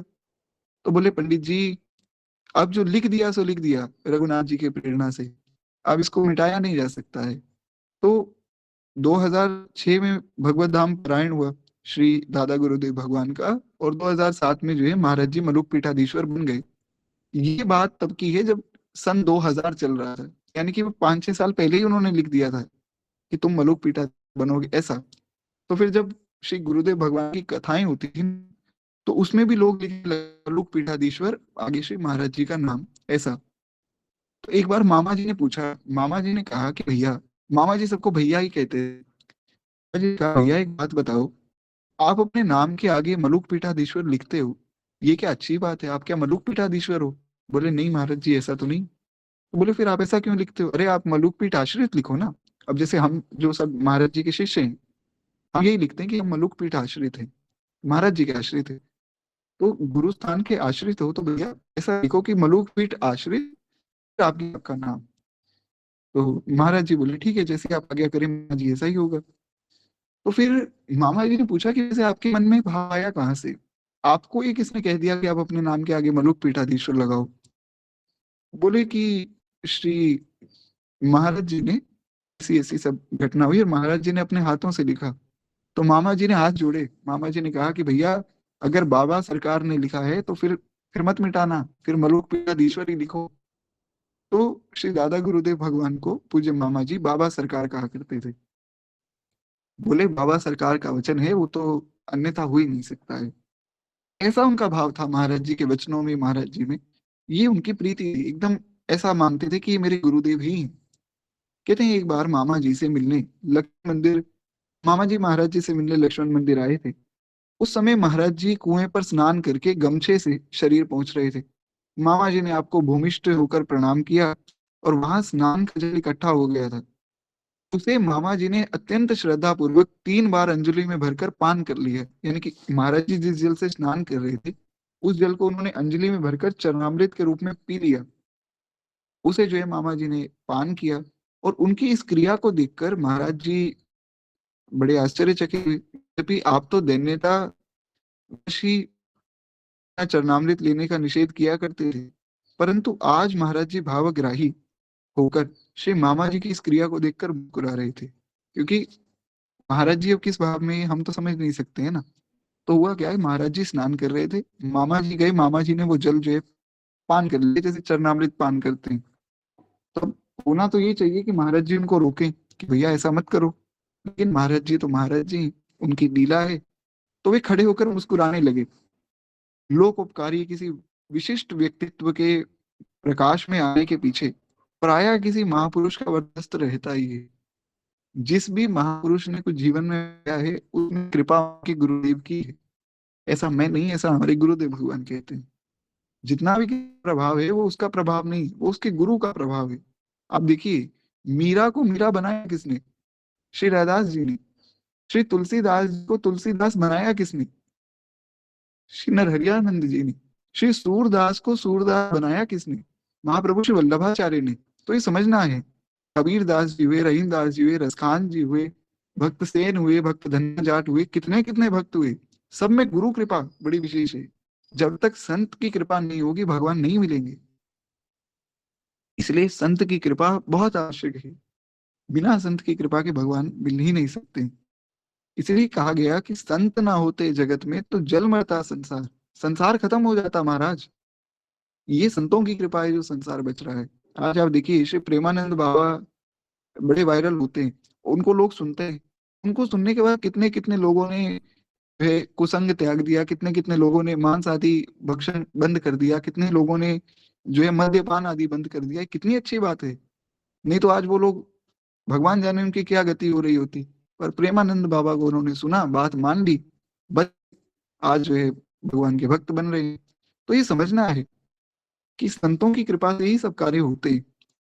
तो इस प्रकार से महाराज जी जो है वहां मुस्कुराने लगे। मामा जी की व्यक्तित्व की आधारशिला के रूप में बक्सर के एक महान सिद्ध संत श्री खाकी बाबा सरकार विशेष रूप से उनकी भूमिका है। जो मतलब मामा जी के जो गुरु जी थे ना, उनका नाम था श्री खाकी बाबा सरकार। अब ये मामा जी की गुरु जी की जो कथा है, ये बड़ी विशेष। तो इस पर चलिए ठीक है, थोड़ी सी चर्चा कर ही देते हैं। बहुत ज्यादा बड़ा चरित्र नहीं है, तो मामा जी का चरित्र पूर्ण ही कर देते हैं, उसके बाद वाणी को विश्राम देंगे। कहते हैं कि मामा जी ने श्री खाकी बाबा से ही मंत्र दीक्षा ली और खाकी बाबा महाराज के लोकोत्तर स्वरूप की तथा उनकी विलक्षण जो वे चरित्र की चर्चा करना, उनके चमत्कार की बात करता है, उस पे चर्चा करना सामान्य व्यक्ति के लिए संभव नहीं। कहते हैं आगे चलकर श्री मामा जी ने प्रयाग के संत श्री रामचरण दास जी पलाहरी बाबा से विरक्त दीक्षा ग्रहण की। अब आपका नाम श्री नारायण दास हो गया था कि मंत्र दीक्षा हो गई ना। कहते हैं भक्त के सरस कथावाचक होने से आप श्री नारायण दास भक्तमाली हो गए। इनका नाम पहले श्री नारायण दास पड़ा। सबसे पहला नाम आपका हुआ नारायण चतुर्वेदी। श्रीमन नारायण चतुर्वेदी से फिर वैष्णवी दीक्षा हुई तो नाम हुआ श्री नारायण दास, और फिर भक्तमाल की कथा कहते थे इसलिए इनका नाम भक्तमाली हो गया। जो भी व्यक्ति भक्तमाल की कथा कहता है वो भक्तमाली हो जाते हैं। हमारे गुरुदेव भगवान भी भक्तमाली जी हैं, ऐसा। तो कहते हैं कि मामा जी ने अपने गुरुदेव श्री खाकी बाबा महाराज के सानिध्य में श्री सीताराम विवाह महोत्सव का बृहद समायोजन बक्सर सिद्धाश्रम में प्रारंभ किया। यानी कि उससे पहले वहां ऐसा आयोजन नहीं होता था, जी ने प्रारंभ किया अपने गुरु जी की आज्ञा से। कहते हैं ये महोत्सव प्रतिवर्ष उत्तरोत्तर बढ़ता ही गया। आज भी आप देखिए बक्सर में जो श्री सीताराम विवाह महोत्सव होता है, बड़ा ही अद्भुत होता है। और उसमें इस वर्ष तो महाराज जी जो हमारे गुरुदेव भगवान हैं, उनकी खूब वहां से छवियां भी आई थी, मैंने भी थी, संभवतः आप लोगों ने दर्शन किया हो। तो इस प्रकार से बड़ा ही अद्भुत वहां महोत्सव अभी भी होता है। कहते हैं उत्सव के सम्यक संचालन के लिए श्री सीताराम विवाह महोत्सव समिति बनाई गई है। एक कमेटी बनाई गई वहां पे, उसमें फिर सब आयोजन होता है और वो संचालन करती है। कहते हैं मामा जी ने श्री महाराज जी को अत्यंत आदर पूर्वक इस समिति के शीर्ष पद पर समासीन किया। यानी कि उस समिति का भी जो अध्यक्ष पद है वो श्री महाराज जी को दिया गया। अब आप सोचिए कि जितने बड़े बड़े पद थे उस समय में, सारे महाराज जी के ही कंट्रोल में थे। वृंदावन में जो भी लीला होगी महाराज जी की आज्ञा से होगी। गोवर्धन में जो ब्रज साहित्य परिषद महाराज जी ने बनाया, उसमें जो भी लीला होगी वो महाराज जी के ही निर्देश से होगी। यहाँ बक्सर में जो श्री सीताराम विवाह महोत्सव होगा वो भी महाराज जी के निर्देश में होगा। महाराज जी का प्रभाव चारों ओर था। पर सोचिए महाराज जी का इतना प्रभाव होने के बाद भी उन्होंने खुद को छिपा लिया। आज भी आप किसी व्यक्ति से पूछेंगे कि क्या आप श्री भक्तमाली जी महाराज को जानते हो, संभवतः वो कहें मैं नहीं जानता हूँ। समझना है कि महाराज जी ने कितना छिपाया है खुद को, जैसे गोस्वामी तुलसीदास जी ने छिपाया। वे तो फिर भी प्रकाशित हो गए, नहीं तो महाराज जी चाहते तो भारतवर्ष के उस समय के सबसे बड़े संत के रूप में खुद को प्रतिष्ठित कर देते, और कोई ऐसा व्यक्ति नहीं था जो उनका जो विरोध भी कर सके, क्योंकि उनका प्रभाव ही ऐसा था। पर ये महाराज जी का स्वभाव है कि वे छिप कर रहते थे, बहुत छिप कर रहते थे। देखिए इस्कॉन में भक्तमाल क्यों नहीं कही जाती है तो श्री ठाकुर जी जाने, उस पर तो हम क्या चर्चा कर सकते हैं। बाकी ये है कि भक्तमाल जो ग्रंथ है बड़ा गुप्त ग्रंथ है, बहुत जो है विशेष, जब भगवान की कृपा होती है ना तब ये सबको सुनने को मिलता है। क्योंकि भगवान की कथा वैसे तो बड़ी दुर्लभ है, और भगवान की कथा से भी विशेष अगर कोई कृपा है तो वो है भक्त चरित्र। तो खैर वहां तो भगवान जाने ऐसा क्यों नहीं होता है, ठीक है, जैसा जहाँ जो व्यवस्था है सब ठीक ही है, क्या कहा जाए। है, हम लोग आगे बढ़े। कहते हैं इस प्रकार से जो है मामा जी ने श्री महाराज जी को अत्यंत आदरपूर्वक इस समिति का शीर्ष पद पर वहाँ समासीन किया। महाराज जी ने आजीवन इस समिति के अध्यक्ष के रूप में महाराज जी वहाँ रहे।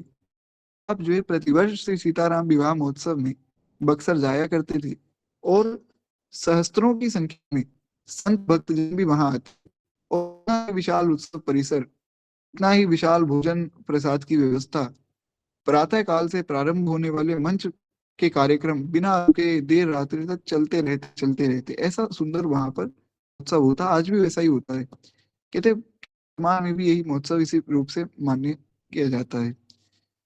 तो इस प्रकार से जो वहां पर बड़ा सुंदर महोत्सव भी श्री मामा जी ने शुरू किया। कहते हैं एक वर्ष श्री महाराज जी जब विवाह महोत्सव में पधारे, तब उनकी गाड़ी कुछ देर से वहां पहुंची। इस कारण से उन्हें लेने के लिए भक्तजन आगे भी जो जाने से उनके स्टेशन पर नहीं मिल सके। सहजता एवं निरभिमानता की साक्षात स्वरूप श्री महाराज जी के लिए ये कोई विशेष बात नहीं थी। वे अपना झोला लिए स्वतः ही स्टेशन से उत्सव स्थल तक आ गए। यानी कि हुआ ये था कि गाड़ी लेट हो गई, तो अब लोग पहुंच नहीं पाए स्टेशन पे जहां महाराज जी को उतरना था, तो महाराज जी ने अपना झोला उठाया और खुद ही चल के आ गए। अगर कोई और व्यक्ति होते तो वो कहते कि बताओ, मैं इतना बड़ा महापुरुष हूँ, यहाँ का अध्यक्ष हूँ, और ये लोग मुझे लेने भी नहीं आए, तो वो थोड़ा सा बिगड़ जाते। महाराज जी बिगड़े नहीं, महाराज जी तो प्रसन्नता झोला लेकर स्वयं ही आ गए, और एकदम सामान्य वेश परिवेश लेकर महाराज जी पहुंच गए। महाराज जी को कौन जान सकता था, कोई पहचान ना पाया। कहते हैं वहां लगे विशाल पंडाल में एक कोने में बिल्ली के सहारे, क्षमा चाहूंगा, बल्ली के सहारे अपना झोला रखकर और समायोचित देह कृत्य करने लगे, स्नान आदि मतलब महाराज जी ने किया है। बल्ली शायद खंबे को कहते होंगे, भगवान जाने बल्ली किसको कहते हैं। शायद लकड़ी का जो खंबा है उसको बल्ली कहा जाता है। तो उसके सहारे महाराज जी ने, हाँ बांस जी, उचित है। तो एक बांस के सहारे महाराज जी ने अपना झोला रखा, और झोला रख के फिर महाराज जी अपना स्नान आदि करने चले गए। इस प्रकार से कहते हैं कि महाराज जी ने अपनी स्नान कर लिया, तिलक स्वरूप कर लिया, जो दैनिक उनका नित्य कर्म था पूजा पाठ का वो सारा कर लिया, और सब संत भक्तों के लिए बाल भोग आदि का संकेत प्राप्त होने पर आप जो है नित्य स्थल पर जाकर बाल भोग ग्रहण करके आए। परंतु फिर भी कोई भी नहीं पहचान पाया, यानी कि महाराज जी ने स्नान किया, सारा तिलक स्वरूप आदि धारण करके पाठ पूजा कर ली, बाल भोग भी पा लिया, फिर भी कोई उनको पहचान ना सका कि ये यहाँ के अध्यक्ष जी हैं। अध्यक्ष जी इस हाल में रहते हैं, बताइए ऐसा कौन व्यक्ति होगा जो इतना बड़ा पद पाकर, महाराज इतना सरल हो, संभव ही नहीं। ऐसा लगता है कि ये तो कोई कहानी है जो बनाई जा रही है। और विशेष बात कहूं तो ऐसा लगता है ऐसी कहानी भी कोई नहीं बना सकता है, जैसा महाराज जी का जीवन चरित्र प्रत्यक्ष था, ऐसा कोई कहानी में भी नहीं सोच सकता है। ये थी महाराज जी की सरलता। कहते हैं कोई उनको पहचान ही नहीं पाया। श्री महाराज जी भी निराभिमान थे, ऐसा नहीं कि महाराज जी को कोई पहचान नहीं पाया तो महाराज जी खुद ही बता रहे हो कि देखो मैं अमुक हूँ और तम हूँ, ऐसा महाराज जी ने किसी को कुछ नहीं कहा। आप उस उत्सव समिति के एक अतिशय सम्मानित पदाधिकारी थे, फिर भी अपने आगमन की किसी को कोई सूचना नहीं दी, और जहां तहां आसन लगा वहां बैठ गए। अन्य विचार, अन्य जो है विचरणशील साधु के समान पंडाल के कोने में चुपचाप बैठ गए। इस बीच श्री मामा जी जो है कार्यकर्ताओं से अपने विषय में पूछते रहे कि भैया बताओ कहाँ है महाराज जी, आए नहीं, भक्तमाली जी महाराज को बुलाया था, तुम लोग गए नहीं स्टेशन लेने। बोले स्टेशन गए थे, गाड़ी लेट हो गई, उसके बाद गाड़ी में भी हमें नहीं मिले, फोन तो उस समय होते ही नहीं थे, किंतु आपके आगमन की किसी को जानकारी ही नहीं थी, तो निश्चित रूप से कोई बता नहीं पाया। और पर्याप्त समय बाद किसी व्यक्ति को पंडाल में बल्ली के सहारे बैठे हुए महाराज जी दिखे, तो उस व्यक्ति ने पहचान लिया, और जाकर जो है मामा जी को सूचना दी कि महाराज जी तो बल्ली के सहारे बैठे हैं। मामा जी सुनकर तत्काल वहां आए, और उन्होंने भाव विभोर कर श्री महाराज जी को प्रणाम किया, और कहते हैं कि निर्माण मोह जितसंग दोषा, ये श्रीमद् भगवत गीता का एक भाव है, में कहा गया कि जो किसी भी जितसंग दोषा, यानी कि किसी भी अभिमान से दूर, और हर प्रकार के दोष से दूर, यानी कि किसी भी मद से और ईर्ष्या आदि से, इन सब से जो दूर रहता है, इन विकारों से जो दूर है, और एकदम निर्मोही, कोई संसार से कोई मतलब नहीं है, कोई अपने पद से कोई मतलब नहीं है, तो ऐसा जो व्यक्ति है, उनके विषय में यहाँ कहा गया, जो मान से रहित है, निर्माण मोह, मान और मोह से बिल्कुल रहित, और संग दोषा, यानी कि सब विकारों से, आसक्ति से, जो आसक्ति है ना, उससे दूर, कि लोगों को बड़ी आसक्ति रहती है अपने पद से। कोई व्यक्ति किसी छोटे से गांव का सरपंच बन जाए तो बड़ा आसक्त हो जाता है महाराज। महाराज जी में ऐसा नहीं था। महाराज जी इतने बड़े महापुरुष होने के बाद भी बड़े ही सरल रूप से रहते थे। तो मामा जी रोने लग गए। मामा जी ने कहा कि महाराज, इतनी सरलता तो मैंने कभी किसी ग्रंथ में ही नहीं पढ़ी जितनी सरलता आप में है। कहते हैं मिथिला अवध के सरस संबोधन संबंधों पर तथा भक्तमाल की अनेक गाथाओं पर श्री मामा जी के विपुल संख्या में मौलिक रचनाएं हैं। भोजपुरी और अन्य अन्य भाषाओं में खड़ी बोली में बड़ी सरलता से अनूठी भावपूर्ण रचनाएं आप कर लेते थे, पढ़ लेते थे, सुना देते थे। भक्तजन बड़े ही मुग्ध हो जाते थे मामा जी की रचनाएं सुनकर। मामा जी की रचनाएं बड़ी सुंदर है, हिंदी में भी उन्होंने लिखी, मुख्य रूप से भोजपुरी में, और जो मैथिली भाषा है उसमें उनकी रचनाएं हैं। तो किसी भी नवीन पद की जब आप रचना करते तो सर्वप्रथम श्री महाराज जी के सामने उसे रखकर प्रणाम करते, फिर जो है करते कि सरकार, इस पर जो है आप कृपा दृष्टि डाल दीजिए, फिर उस रचना को प्रकाशित करते। यानी कि इतना सम्मान भी महाराज जी का करते थे। तो खैर ऐसी बहुत सी उन्होंने रचनाएं सबके विषय में लिखी। हनुमान जी के विषय में भी एक बड़ा प्यारा उन्होंने पद लिखा। प्रभु कृपा करेंगे तो हम फिर कल उसको सुनेंगे। प्रकार से आप जो है महाराज जी के प्रति बड़ा ही सुंदर भाव रखते थे। कहते हैं कि महाराज जी के द्वारा उस रचना को देखकर और देख लेने के पश्चात ही आप उसको जो है कथा में फिर प्रकाशित करते, यानी कि कथा में फिर उसको गाते थे। पहले महाराज जी निरीक्षण कर लें तब। कहते हैं जिस प्रकार आपकी श्री महाराज जी के प्रति निष्ठा थी, उस प्रकार की महाराज जी के प्रति जो आत्मीय भाव था, वो बड़ा ही दिव्य, बड़ा ही विलक्षण था। वो भाव अन्यत्र देखने को नहीं मिलता था। ये बड़ा ही अद्भुत उनका प्रेम था, बड़ा ही अद्भुत एक उनका समर्पण था श्री महाराज जी के प्रति। तो खैर ऐसा बड़ा सुंदर उनका भाव था। एक बड़ा सुंदर गीत है श्री हनुमान जी का, आप लोगों ने संभवतः सुना भी होगा। अंजनी पुत्र पवन सुत वीर आपकी, जय हो जय हो जय हो। ये जो है ये भी श्री मामू के द्वारा एक सुंदर गीत है। तो ऐसे बहुत सुंदर सुंदर उनकी रचनाएं हैं जो उन्हें खूब प्रेम से प्रकाशित भी की है। कि गिरिधर गोपाल जी शास्त्री जी की प्रेरणा से एक बार श्री रामेश्वर धाम में कथा सत्र आयोजन हुआ। उसमें जो है दोनों महापुरुष पधारे, कि महाराज जी भी पधारे और यहाँ से श्री मामा जी भी पधारे। मंदिर का जो विशाल परिसर क्षेत्र है, इसे पार करके दर्शन स्थल तक पहुंचा जाता है। समय श्री महाराज जी वृद्धा रुग्णता के कारण शुष्काय थे। महाराज जी बहुत टूटे और शरीर जो है कम हो चुका। तो हुआ क्या कि रामेश्वर मंदिर का जो विशाल परिसर है, उसे पार करके कथा स्थल तक पहुंचना था। अतः व्हील चेयर पर बैठकर जो है मंदिर जाते, महाराज जी को व्हील चेयर पर बिठाकर ले जाना पड़ता था।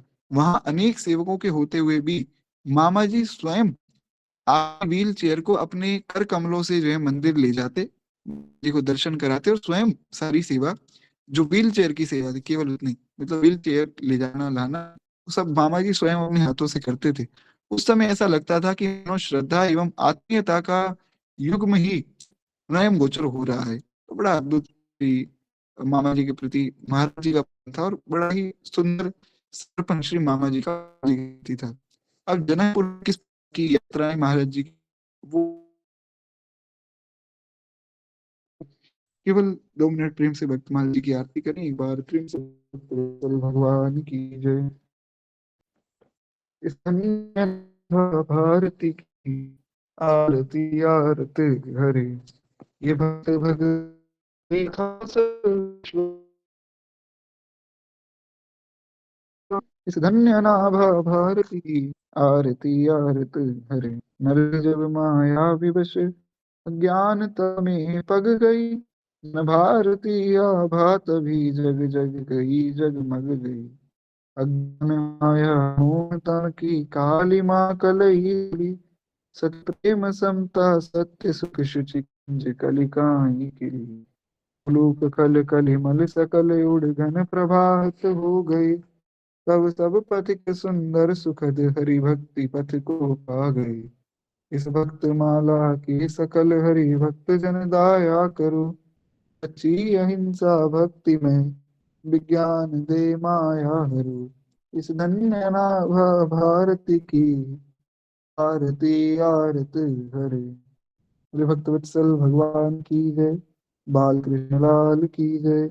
उमापति देव की जय। श्री सद्गुरुदेव भगवान की जय। सब संतन की